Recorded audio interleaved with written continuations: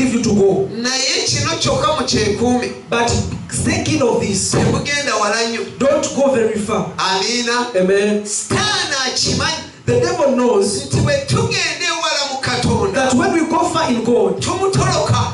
that's when we escape from him. naye omuntu atagenze wala mu Katonda A person who has not gone far in tasobola God kutoloka Sitaani. cannot escape from Satan. ne bw'oba nga tomwagala. Even though you don't love him.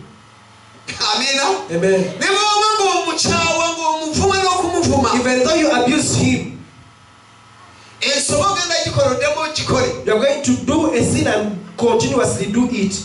kubanga wagaanye okugenda ebuziba. Because you have refused to go far. waliwo ebye tukola ne bitusobozesa okugenda ebuziba. There are some things we do which enable us to go deeper in God.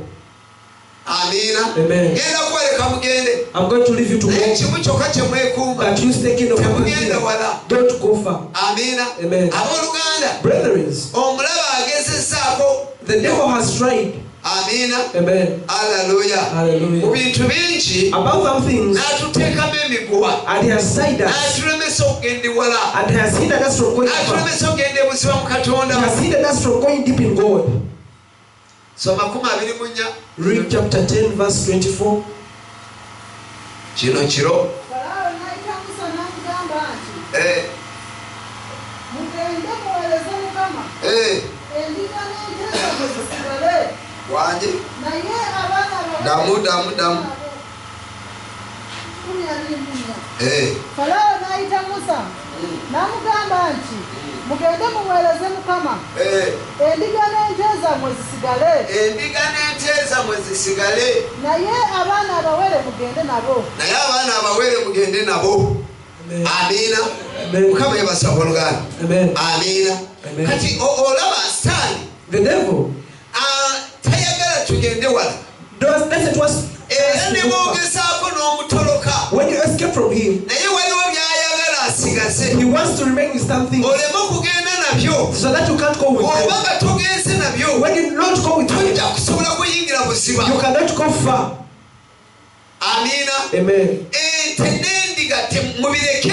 You leave the sheep and the cows. mugende. You go. naye ente n'endiga But the sheep and the mubiveeko. cows, you leave it. wandike wabagenda olokoke. You go and get saved. naye ente n'endiga But things concerning the sheep and the tobikwatako cows, byobireke bisigale. you leave it.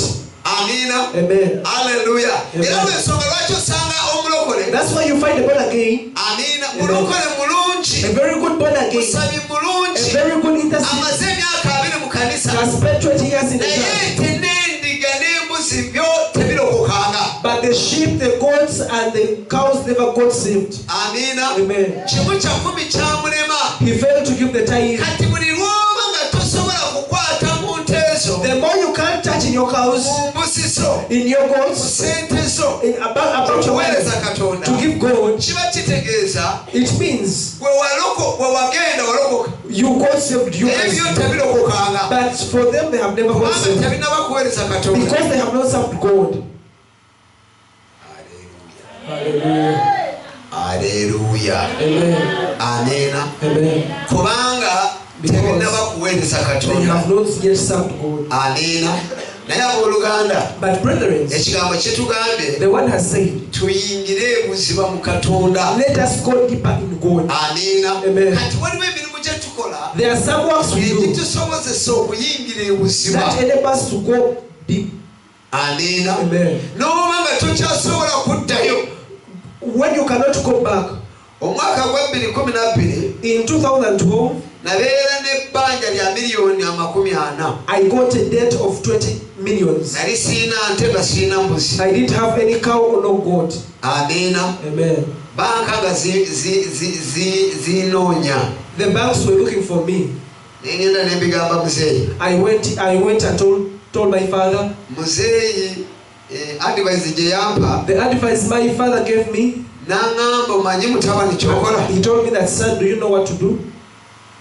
kankuwe sente oddukire Tanzania. Let me give you money and run up to Tanzania. ogende otandika obulamu obupya. You start a new life. Amiina. Amen. Nenvaayo. I left. tebyanyingira mu bwongo It didn't come into my mind kubanga obulokole bwali bwanyingira. because salvation had entered me. Amiina. Amen. Kati nalingenze wali Nakasongola. I had gone to Nakasongola. Waliwo ku hoteli emu gye natuulako. There is a certain hotel I sat in. Nentuula nendowooza. I sat there and I meditated. Nendowooza we natandikira okulokoka. And I thought about where I got to. Nendowooza ebisiibo byensiibi. And I thought about the fastings. Nendowooza esente bimu bya 10 byempadde. I thought about the tithes I had. Nendowooza emirimu gye nkoze. I thought about the works Nendowooza overnight ze nsuseeko. I had about. Nendowooza enkuŋŋaana ze I nkuŋŋaanye. thought about the sickness. Nendowooza enkuba eyankubamu. I thought about the rain. Nendowooza engendo ze natambula. I thought about the Nendowooza piki ze navuga. Nendowooza byonna n'embisika. I thought of everything and thought of everything. Nagenda okulaba nendaba ng'obugagga bwenkoze mu bulokole. I saw that the wealth of God in salvation, bwegufiirwa when I lose it, nti ngende ntandika obulamu obulala. to go and find a new life, Alaba nga sigenda kiyunga. I thought that I cannot. Kati nempanika we nali ntudde. I rose my hands what I where I Nekola was. bwente emikono gyange. I raised my hands in the air Negamba Mukama, and I said that nzikiriza okusigaza obulokozi. to sell salvation, Oba bantwala mu lukomera ne though they neebakayo. take me in the prison, Ka neebakayo ne Yesu nga nkwina. let me sleep with my Jesus in prison. Amiina. Amen. Kubanga Because baali bampola nali saazibba. they had lent me the money I had not stolen. Kati omuntu akuwola kubanga toyina. A person lends you the money because you don't have. Olemerera okusasula kubanga tewazifunye. You fail to pay it because you need to Naye pay the money. bw'otoloka n'odduka When you run away, oba ofuuse mubbi. you have become a thief. Naye bw'osigalawo But when you remain there, abanja najja n'akusanga waasangiddwa ng'akumanyi. and the debtor comes and finds where he finds you already, you don't become a thief. N'omunyonyola sente sinawo kuzifuna naye bwe nazifuna ngenda zireeta. You discuss to them. Bw'aba wa busungu n'akukabba. If he's short-tempered, he N'akutwala n'akugalira. takes you to the prison, Naye bw'oba talina musango. but you have no crime. Musango gw'olina lwakwatwa esente z'abaana ezaakulemerera. The crime you have is that you failed to pay your money. Ezibannema saazibba. I failed to pay the money, but Obulokozi nsigala nabwo. I stay with my salvation. Kati awo ne mpulira nga nsazeewo okusigala n'obulokozi.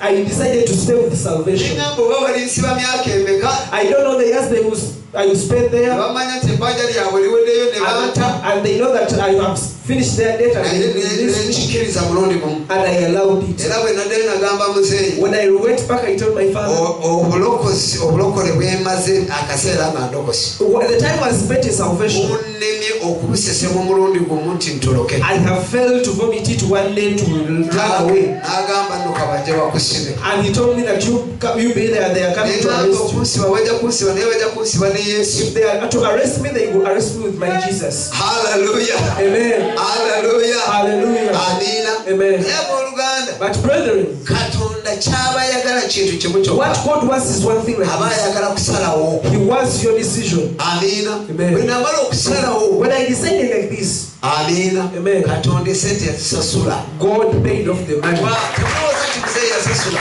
Don't think that my father is not paying. 40 muzeeyi yasasulako miliyoni. My father only paid 20 Yes. 20 like this. Amiina. Amen. Hallelujah. Amen. Naye sente Katonda yazisasula. But God paid the money. Amiina. Amen. Hallelujah. Amen. Mukama yebazibwa. Amen. Sijja kukunyumiza kamu na kamu engeri zasasulwa. I will not tell you N'okwagala how ojja I paid. kubutuukira nga ntudde. If you want to know it, you come to me and Amiina. sit. Naye Amen. kiki kye mbategezaako But okukola? what am I trying to tell you? Buli lw'osalawo n'oyingira ebuziba mu Katonda, The more you make a decision and go to God, olaba emirimu gya Katonda. you get to see the work of God. Amiina. Amen. Ne bw'olumbibwa, Though you are attacked, amiina, Amen. tobeera na kutya. you don't have the fear Amiina. Amen. Kubanga tolina mutima gukusalira musango. because you don't have the heart which convicts you. Amiina. Amen. Hallelujah. Amen. Mukama yebazibwe. Praise God. Buli lw'oba nga tolina mutima gukusalira musango, When you don't have that spirit of conviction, ntabutiinya imbere y'Imana. totya mu maaso ga Mukama. Totya mu maaso ga Mukama. You don't fear in front of God. Amiina. Amen. Kasita oba nga tolina kutya mu maaso ga If you Mukama, don't have the fear in front of God. osobola kulwana, You can fight. osobola kuyomba, You can osobola kwegayirira Katonda you can plead to God paka naka. up to when He ascends. Hallelujah. Mukama yebasibwe. Amen. Amina. Bima bikunyiza osobola okulwana musala. If they have annoyed you, you can N'olwana nga fight. tolina kutekona. You fight with no N'olwana nga fear. tolina kubusabusa kwonna. You fight with no doubt. N'olwana nga tolinaamu kugamba nti naye. You fight with no saying that what? Ekireetera omuntu okutya. What makes a person to fear? Lwakubanga waliwo omuse. Because there is a habit. Lwakubanga waliwo empisa. There is a habit. Kyaba yalemerako ate nga omwoyo amugamba naye kino. Which the Spirit is Buli committing. lwasaba n'abanga asembera Katonda amugamba naye kino. Even if when they pray to coming nearer to God, God says that Asigala ng'akibiseeko nja kikola. He covers them. I'm going to do it. I'm going to do it. Nja kikola. I'm going to be it. Amina. Amen. Hallelujah. Amen. Omwaka sigunjukira bulungi. I'm not remembering the year. Naye nakola accident nga nva mu tawuni y'Emijeera. I got an accident from the town of Awo nga mu Nigeria. ddaamu. They are around the dam, Onootera okutuuka awo ewa Kabogoza abamanyiwo. around Kabogoza's place. Amina. Amen. Hallelujah. Amen. Oba lyali ki? I don't know what Oba yali it was mutamiivu? or what. Naye ekikulu yali mu kifaananyi kya muntu. It was in the image of a person. Amina.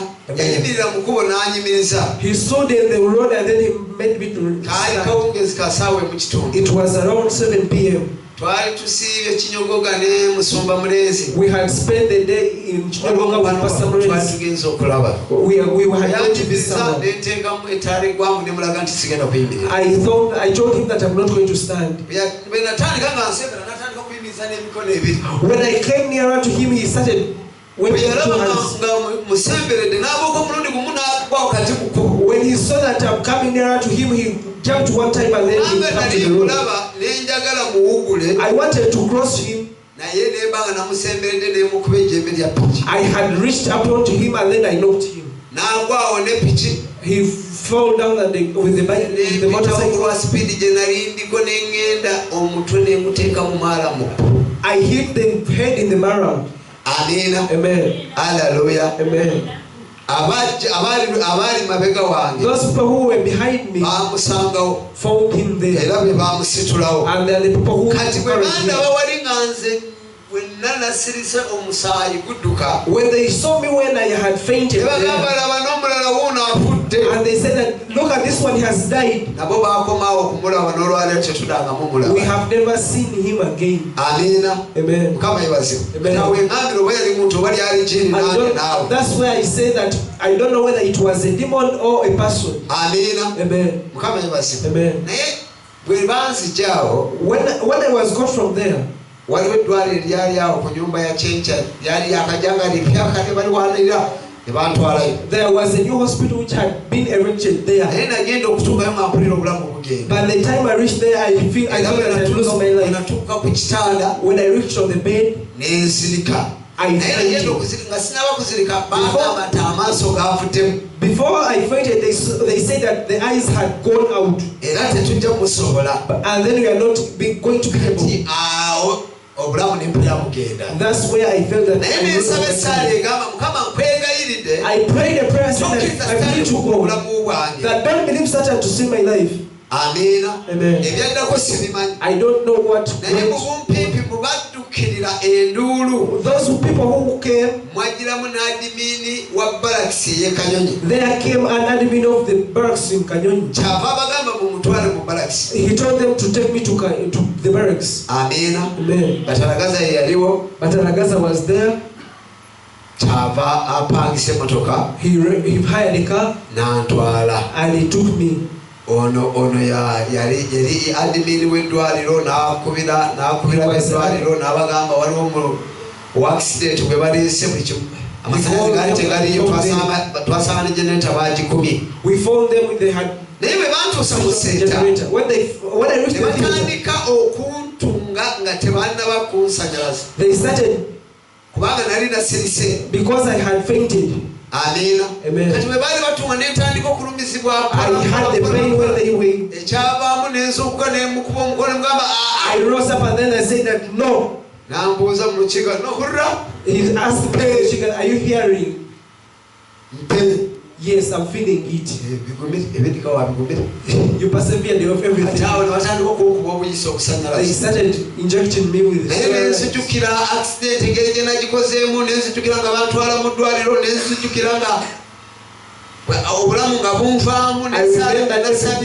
that had happened. I started feeling life coming back. Amen. That's why I spoke. And I turned to the devil and told him, when you I'm going to give you money when I go out beyond this. I had not got away from the theater. Amen. I'm still in the theater. I said that I'm going to give you money in the devil. After reaching in the hospital, I told God, my eyes were got out, but I want my eyes. It's still at night.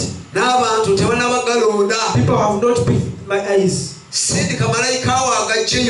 Send your angel to pick them and put it back. I want my ears. I don't want goggles. You will find some good. There was some. They had come out. Amen. Hallelujah. Amen. Hallelujah. Amen. I told God that I want my eyes light. It's still light. No one has picked them. Send the angel to pick them, put it back. I want my eyes back. Amen. Hallelujah. Amen. Brethren, when you don't have your heart conviction in front of God, you don't have fear. You speak with strength. You speak with authority. Amen. Because we were given the authority. The Bible says in Isaiah,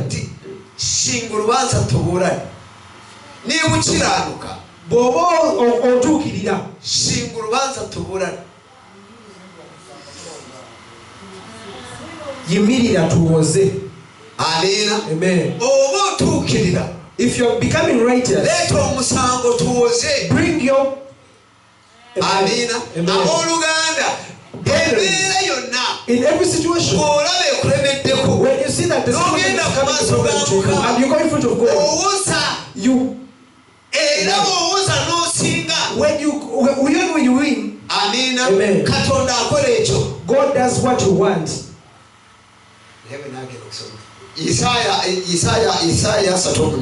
Isaiah chapter 38. We find a man, Hezekiah. Amen. We find a man, Hezekiah. Amen. The Bible says that God sent Isaiah, and he told him that to go and tell Hezekiah that sickness you are suffering from, you are not going to be healed. It's going to kill you. You prepare your own things so that you go after preparing them. Amen. Hallelujah. Amen. Amen. The Bible says that Hezekiah turned to the wall and he started and reminded God about his works. And he told God what he was supposed to do. And he made his conscience in front of God. Brethren, God sent Isaiah the second time and saying that Isaiah, my son, go back to Hezekiah and tell him 15 years has been added to you. Hallelujah. Amen. Let me tell you, brethren. Amen. When you have no spirit of conviction in front of God, you are mighty. In front of God, you have the authority. In front of God, You can't. In front of God. Hallelujah. Amen. When you call God, He hears up to you. Amen. And Pharaoh told them, you go, but you stay here. Don't go far. But when Moses he told them that you go, but the sheep and the cows are not supposed to go with you. Hallelujah. Amen. It's our journey. Amen. You find a person getting problems with salvation and they get saved. Amen. Amen. After some time they get saved. You find them that they got saved, but when the cows have never got saved, they have never got saved. Amen. Hallelujah. Amen. Amen.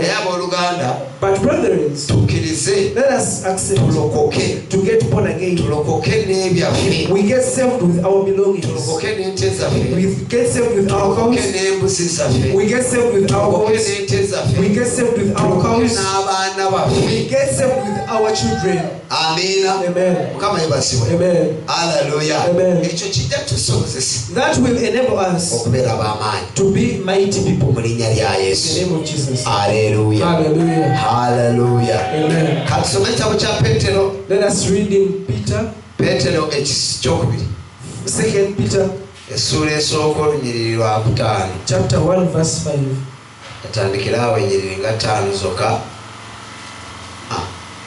Tusabe tugende waka.